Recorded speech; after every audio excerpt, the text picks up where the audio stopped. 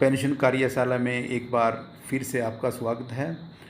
दोस्तों, आज का जो हमारा विषय रहेगा वो है कि अगर एक से ज़्यादा विडो और उनके बच्चे हों तो ऐसी स्थिति में पेंशन का भुगतान कैसे हो। कई लोगों ने इसके बारे में सवाल किया है, क्वेरीज़ रेज़ की हैं, तो उम्मीद करते हैं कि ऐसे सभी दोस्तों के जो डाउट्स हैं वो काफ़ी हद तक क्लियर हो जाएंगे। दोस्तों, इससे पहले कि हम सब्जेक्ट मैटर पे आएँ, हम थोड़ा सा इसकी बैकग्राउंड में जाते हैं।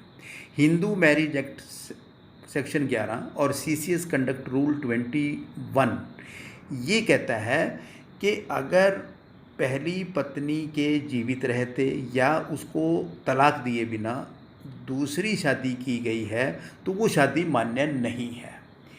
यानी दूसरी शादी करने के लिए या तो पहली पत्नी की मृत्यु हो जाए या उसको कॉम्पिटेंट कोर्ट ऑफ लॉ के द्वारा तलाक दिया गया हो, और तलाक भी पंचायत या कम्युनिटी द्वारा नहीं, कॉम्पिटेंट कोर्ट ऑफ लॉ के द्वारा ही दिया गया हो।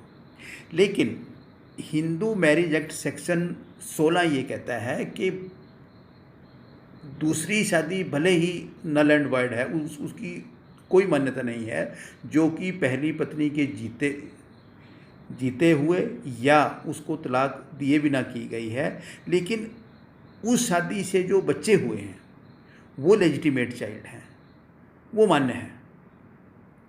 तो ऐसी स्थिति में पेंशन का भुगतान कैसे हो।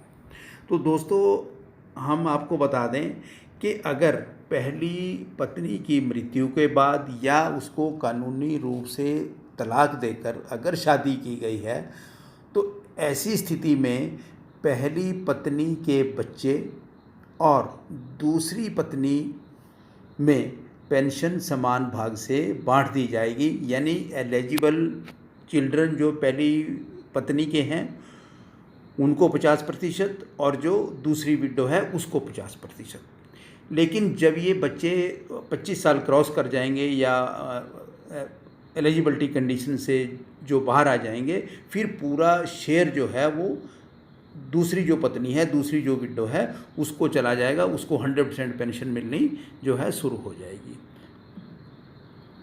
अब दूसरी स्थिति में कि अगर शादी पहली पत्नी के जीवित रहते या उसको तलाक दिए बिना की गई थी, तो ऐसी स्थिति में अब वो तो शादी मान्य नहीं है, लेकिन अगर उससे बच्चे हैं, वो लेजिटिमेट चाइल्ड हैं, तो ऐसी स्थिति में पेंशन का भुगतान दूसरी पत्नी के बच्चों और पहली पत्नी में समान रूप से बांट दिया जाएगा। लेकिन दूसरी जो विडो है, जो दूसरी शादी हुई है, जो मान्य नहीं है, उसको वो पेंशन की हकदार नहीं है। लेकिन उसके जो बच्चे हैं और पहली पत्नी है, उन दोनों में पेंशन जो है वो समान रूप से बांट दी जाएगी। अब जब वो बच्चे बड़े होंगे, दूसरी पत्नी के 25 साल की आयु जो है क्रॉस कर जाएंगे या सेल्फ सपोर्टेड हो जाएंगे, तो ऐसी स्थिति में जो उनका 50% का हिस्सा है वो भी पहली पत्नी को चला जाएगा। पहली पत्नी को यानी 100% पेंशन मिलनी जो है वो शुरू हो जाएगी। तो ये है कि एक से ज़्यादा अगर विडो हैं और उनके बच्चे हैं तो इस तरह से उनका जो पेंशन का शेयर्स हैं इस तरह से पेमेंट की जाएगी। और इसी तरह से एक जुडिशली सेपरेटेड वाइफ, अगर जुडिशली सेपरेटेड वाइफ है और उसके बच्चे हैं, तो ऐसी स्थिति में पेंशन का भुगतान बच्चों को किया जाएगा। जैसे ही वो बच्चे एलिजिबिलिटी कंडीशन से बाहर आ जाएंगे, यानी कि 25 साल की एज के बाद, या वो जो है सेल्फ सपोर्टेड हो जाएंगे, उसके बाद जो जुडिशली सेपरेटेड वाइफ है उसको पेंशन मिलना आरंभ हो जाएगा।